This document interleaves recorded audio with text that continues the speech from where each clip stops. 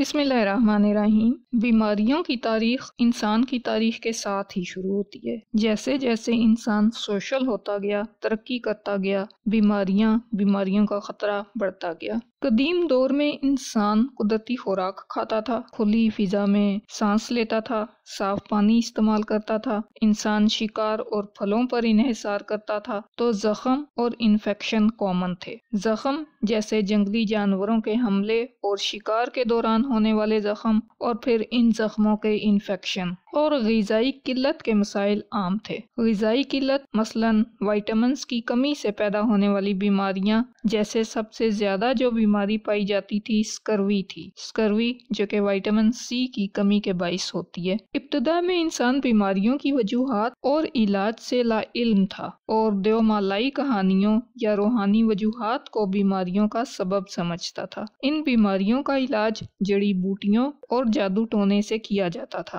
جب انسان نے زراعت شروع کی اور پکے گھر بننے لگے، شہروں میں آباد ہوا، تو بڑی آبادیوں کی وجہ سے وبائی امراض پھیلنے لگے۔ قدیم تہذیبوں میں چیچک، ملیریا اور طاعون جیسے امراض کی ہسٹری ملتی ہے۔ چیچک، اسمال پاکس، یہ مرض ہزاروں سالوں سے موجود ہے اور اس کا ذکر مصری ممیوں میں بھی ملتا ہے۔ طاعون، پلیگ، 6 صدی میں طاعون نے بازنطینی سلطنت کو شدید نقصان پہنچایا، جبکہ 14ویں صدی میں بلیک ڈیتھ نے یورپ میں لاکھوں افراد کی جان لے لی۔ علاج نہ ہونے کی وجہ سے ان امراض نے انسانی جانیں تو لیں، ساتھ ساتھ سماجی، اقتصادی اور سیاسی نظاموں پر بھی تباہ کن اثرات مرتب کیے۔ وسطی دور میں یورپ اور دیگر تہذیبوں میں بیماریوں کو خدا کا عذاب یا روحانی ناپاکی سمجھا جاتا تھا۔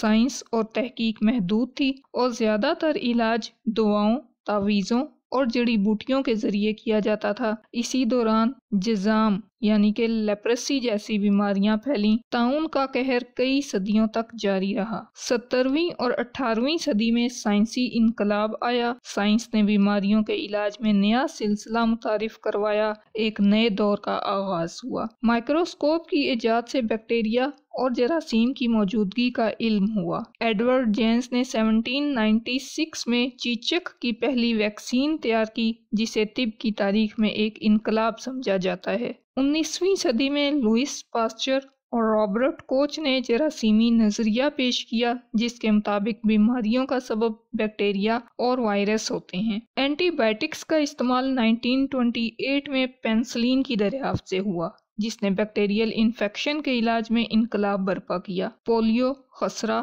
اور دیگر بیماریوں کے لیے ویکسینز تیار ہوئیں، جن سے دنیا بھر میں ان بیماریوں کا زور کم ہوا۔ چیچک کے خلاف کامیاب ویکسینیشن کے بعد 1980 میں ورلڈ ہیلتھ آرگنائزیشن نے چیچک کے مکمل خاتمے کا اعلان کیا۔ جدید دور میں بھی دنیا کو کئی نئی بیماریوں اور وباؤں کا سامنا رہا۔ 1918 کی اسپینش فلو انفلوئنزا وبا نے دنیا بھر میں تقریباً 5 کروڑ افراد کی جان لے لی۔ 1980 میں HIV ایڈز کی وبا ایک عالمی مسئلہ بنا، لیکن بعد میں اینٹی ریٹرو وائرل تھراپی سے اس پر قابو پایا گیا۔ 2002 اور 2012 میں سارس اور مرس نے دنیا میں ہلچل مچائی۔ 2019 میں شروع ہونے والی کووڈ ایپیڈیمک نے عالمی سطح پر نظام صحت، معیشت اور زندگی کے ہر پہلو پر اثر ڈالا۔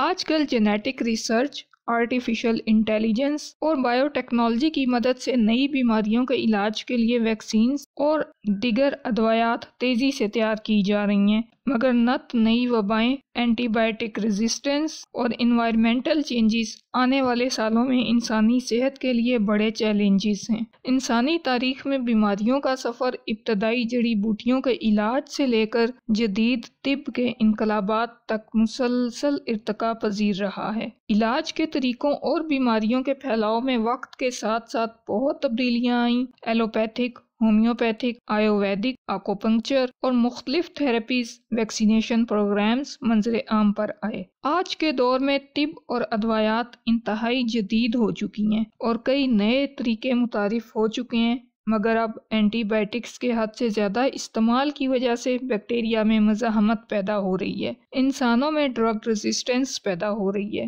پین کلرز کے، اسٹیرائڈز کے استعمال کے سائیڈ ایفیکٹس سامنے آ رہے ہیں، جس کی وجہ سے آج کل لوگ جڑی بوٹیوں، ہومیوپیتھی اور آکوپنکچر جیسے متبادل طریقوں کی طرف رجوع کر رہے ہیں۔ انسان کو نئی بیماریوں اور وباؤں سے چوکنا رہنا ہوگا، ماضی کی غلطیوں سے سبق لے کر بہتر مستقبل کی راہ ہموار کرنی ہوگی۔ ضرورت اس امر کی ہے کہ ہولسٹک اپروچ کو اپنایا جائے، نیچرل میتھڈ آف ٹریٹمنٹ کو پھیلایا جائے، انسانیت کے لیے کام کیا جائے۔ اللہ ہمارے لیے آسانیاں کرے اور ہمیں آسانیاں بانٹنے کی توفیق دے۔ اللہ حافظ۔